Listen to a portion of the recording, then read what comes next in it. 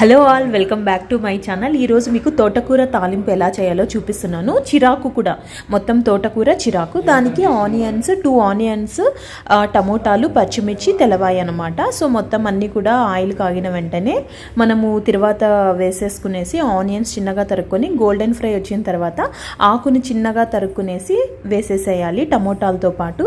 అది మెత్తగా అయ్యి ఇట్లా మనకు ఆకు అప్పుడే స్మూత్గా అవుతుందన్నమాట. టమోటాలు కూడా అన్నీ స్మాష్ అయిన తర్వాత ఉప్పు, కారం, పసుపు వేయాలి. మీ కారం తగ్గట్టు అన్నీ వేసుకోండి మెజర్మెంట్.